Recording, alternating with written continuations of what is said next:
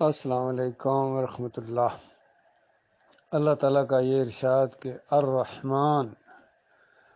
الرحمن کی قدر کسی جاننے والے سے پوچھو، اور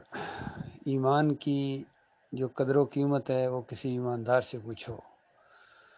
ایمان کی جو قدر و قیمت ہے وہ اس باندی سے پوچھو جو نبی علیہ السلام کے دور میں عائشہ رضی اللہ تعالیٰ عنہا کے گھر آیا کرتی تھیں، اور باتوں باتوں میں ایک شعر پڑھتی تھی اکثر، جس کے اندر چیل کا ذکر ہوتا تھا اور ہار کا ذکر ہوتا تھا۔ تو ایک دن عائشہ رضی اللہ تعالیٰ عنہا نے اس سے پوچھا کہ یہ تم شعر اکثر پڑھتی ہو، یہ چیل اور ہار کا کیا چکر ہے؟ تو اس اللہ کی بندی نے کہا کہ یہ ایسا دن تھا، ایسا مبارک دن تھا کہ اگر یہ چیل نہ ہوتی یا چیل نے جو کام کیا، یہ واقعہ نہ پیش آیا ہوتا تو میں آج مومنہ نہ ہوتی۔ ہوا کچھ یوں کہ میرے جو لوگ تھے جن کی میں خادمہ تھی، میں جن کی باندی تھی، انہوں نے میرے اوپر کہتے ہیں کہ چوری کا الزام لگایا کہ اس نے ہار چرا لیا ہے گھر سے۔ حالانکہ اللہ جانتا ہے کہ میں نے نہیں چرایا تھا، لیکن انہوں نے میری بات نہیں مانی اور بہت سختی کی، مارنا شروع کر دیا، تماشا بن گیا، اور لوگ دیکھ رہے تھے کہ یہ مجھے مار پٹائی کر رہے تھے کہ ہار اسی نے چرایا، ہار اسی نے چرایا ہے، اور میں کہتی جاتی تھی کہ اللہ میرا مالک گواہ ہے، میں نے ہار نہیں چرایا ہے، اور پھر کہتی ہیں کہ میں نے اللہ سے یعنی دعا کی کہ یا اللہ مجھے اس مصیبت سے نکال۔ میں اس واقعے کا مفہوم بیان کر رہا ہوں۔ تو اللہ تعالیٰ نے اس کی فریاد ایسے سنی کہ تھوڑی دیر گزری اور اوپر سے ایک چیل اڑتی ہوئی آئی اور اس نے وہ ہار اوپر سے نیچے پھینک دیا۔ تو سارے لوگوں نے جب اپنی آنکھوں سے دیکھا تو وہ شرمندہ بھی ہوئے، اور ہار بھی ان کو بڑا قیمتی تھا، وہ بھی مل گیا۔ تو اس واقعے سے اس باندی کا دل اتنا مضبوط ہوا کہ اللہ نے اس کی عزت رکھی، اللہ نے اس کو سچا ثابت کر دیا۔ تو اس کے بعد وہ ایمان لے آئی اللہ کے اوپر، دعوت چونکہ اٹھی ہوئی تھی، تو اس کے بعد وہ ایمان لے آئی اللہ کے اوپر۔ تو وہ اس کی جب بھی اس کو یاد آتی تھی تو اس ہار کا ذکر کرتی تھی، اس چیل کا ذکر کرتی تھی۔ دیکھیے چیل ہوتی ہے اوپر سے نیچے، کوئی کیڑا مکوڑا سمجھ کے اس نے وہ ہار جھپٹ کے لے لیا، اوپر جا کے جب دیکھا اس نے تو وہ کھانے کی چیز تو ہے نہیں ہے، تو اس کے بعد اس کے ہاتھ سے گر گیا، اس نے پھینک دیا۔ لیکن اللہ تعالیٰ کا پروگرام بھی یہی تھا کہ اس واقعے کو اللہ تعالیٰ نے مشہور کرنا تھا، اور اس باندی کے لیے اللہ تعالیٰ نے ایمان کا ایک سبب بنانا تھا۔ تو خوش نصیب ہوتے ہیں جن کو ایمان ملے، اور جس وجہ سے ملے اس کی وہ بہت قدر کرتے ہیں، چونکہ ایمان کے وہ صحیح معنوں میں قدردان ہوتے ہیں۔ تو یہ بتانے کا مقصد یہ ہے کہ اللہ کے بندوں، میرے بھائیوں، آپ اپنے تجربے سے یہ بات دیکھ رہے ہیں کہ یہ جو سوشل میڈیا کا دور ہے، یہ کتنی بڑی نعمت ہے اللہ تعالیٰ کی طرف سے کہ جائز حدود کے اندر رہتے ہوئے اس کو دین کا استعمال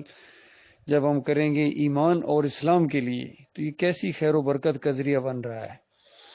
ابھی ہمارے یہ شاہد صاحب ساتھی بنے ہیں، یہ خود کہہ رہے ہیں کہ یوٹیوب کے اوپر سے اور فیس بک کے اوپر سے جب انہوں نے بیانات سنے اور تقریریں سنی اور ایمان عقیدے کی باتیں سنی تو ان کے دل کے اندر اتر گئی۔ پھر چند دن پہلے ایک اٹلی کا ساتھی ہیں، انہوں نے بھی اسی طریقے سے کہا کہ میرا یوٹیوب کے اوپر سے آپ کا بیان سنا۔ پھر اور کتنے لوگ، ہمارے ایک ساتھی ہیں جو آج کل گلگت میں ہیں الحمدللہ، انہوں نے بھی اسی طریقے سے اظہار کیا۔ تو یہ بات پھیل رہی ہے اللہ کے فضل و کرم سے۔ تو یہ دیکھیے کتنی بڑی یہ نعمت ہے،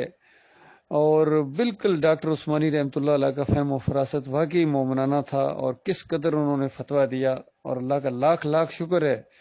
کہ یہ بات ہمارے سامنے آئی، اور ہم نے اللہ کے بھروسے کے اوپر کسی کی پرواہ نہ کی، کسی کی کوئی کیا کہتا ہے، پوری دنیا کے علماء اگر ایک طرف ہو جائیں، خیر بدعقیدہ یہ ہیں، ان کو جب ایمان کی سمجھ نہیں ہے تو ان کو باقی معاملات کی کیسے سمجھ آئے گی؟ تو ان سب کا فتویٰ اور ان سب کا اتحاد وہ ایک طرف،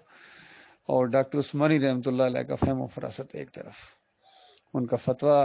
بالکل درست ثابت ہوا کہ ایمان اور اسلام کے لیے اگر اس کا استعمال کیا جائے تو یہ بالکل جائز ہے، اور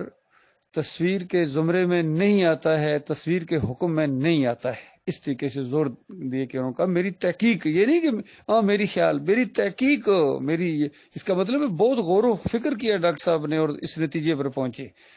تو یہ زبردست قسم کا ان کا اتحاد ہے جس سے بہت ہی خیر و برکت نکل رہی ہے. اب غور کیجئے کس قدر وہ بد نصیب لوگ ہیں جو اس کے مخالف ہیں، اس کا مذاق اڑاتے ہیں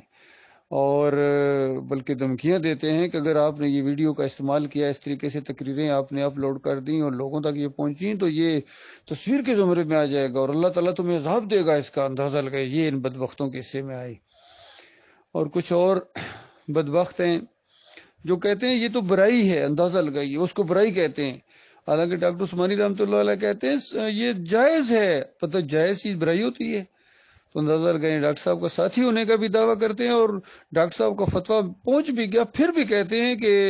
نہیں نہیں یہ برائی ہے جی، اچھی چیز نہیں ہے، نہ کیا جائے تو بہتر ہے، اس انداز سے. اور کچھ اور ذرا اور یعنی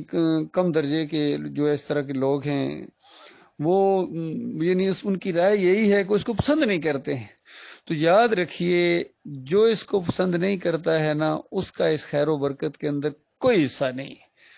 اور جو اس کو پسند کرتا ہے، ایمان عقیدے کی باتوں کو اس طریقے سے پھیلایا جائے، اس کا برابر کا اس کے اندر حصہ ہے. اس سلسلے میں ایک حدیث ہے جس کا ایک حصہ یہ میں بیان کر رہا ہوں کہ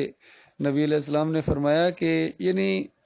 اگر کوئی آدمی خود علم والا نہیں ہے لیکن کسی دوسرے علم والے کو دیکھتا ہے اور اس کا ذہن یہی ہوتا ہے کہ اگر میرے پاس علم ہوتا میں بھی اسی طریقے سے بیان کرتا، میں بھی اسی طریقے سے علم پھیلاتا، تو نبی علیہ السلام فرماتے ہیں اجر و ثواب میں دونوں بالکل برابر ہیں. اسی طریقے سے اگر کوئی خود دولت مند نہیں ہے، غریب ہے، لیکن کسی دولت مند والے مومن کو دیکھتا ہے جب وہ دائیں بائیں آگے پیچھے دولت کو خرچ کرتا ہے اللہ کے راستے میں، تو وہ جو غریب آدمی ہے، مومن ہے، وہ کہتا ہے، اس کا ارادہ ہوتا ہے کہ اگر اللہ تعالیٰ مجھے دولت دیتا نا تو میں بھی اسی طریقے سے خرچ کرتا جس طرح یہ دوسرا مومن خرچ کر رہا ہے. تو یقین کیجئے نبی علیہ السلام نے فرمایا یہ دونوں آدمی اجر و ثواب میں آخرت میں بالکل برابر ہوں گے. دیکھیے کیسا اللہ کا نظام ہے. تو اسی طریقے سے جو خیر کی کاموں کو پسند نہیں کرتا ہے اس کا پھر اپنا انجام خود ہی دیکھ لے. تو اللہ تعالیٰ کا لاکھ لاکھ شکر ہے، اللہ تعالیٰ نے یہ فہم و فراست عطا فرمایا اور یہ ہمت اور حوصلہ دیا کہ ان سب مگرمچھوں کی مخالفت کے باوجود ہم نے کسی کی پرواہ نہیں کی اور ہمارا جو مرکزی ہمارا نظم ہے اس کے تحت ہم اس کو چلا رہے ہیں الحمدللہ، سب کے مشورے سے اور سب کی بہت ہی زیادہ اس کے اندر بھائیوں کی دعائیں ہیں اور اس کو استعمال کرتے ہیں اور اس کو آگے شیئر کرتے ہیں اور اس کو بہت ہی زیادہ اپریشیٹ کرتے ہیں، حوصلہ افزائی کرتے ہیں. اور بہت ہی بدبخت وہ لوگ ہیں جو ہر معاملے میں ٹانگیں اڑاتے ہیں، حوصلہ شکنی کرتے ہیں اور باتیں بناتے ہیں اور باقی تو کمنٹس میں کیا کچھ نہیں لکھتے ہیں وہ یقین کیجئے بیان بھی نہیں کیا جا سکتا.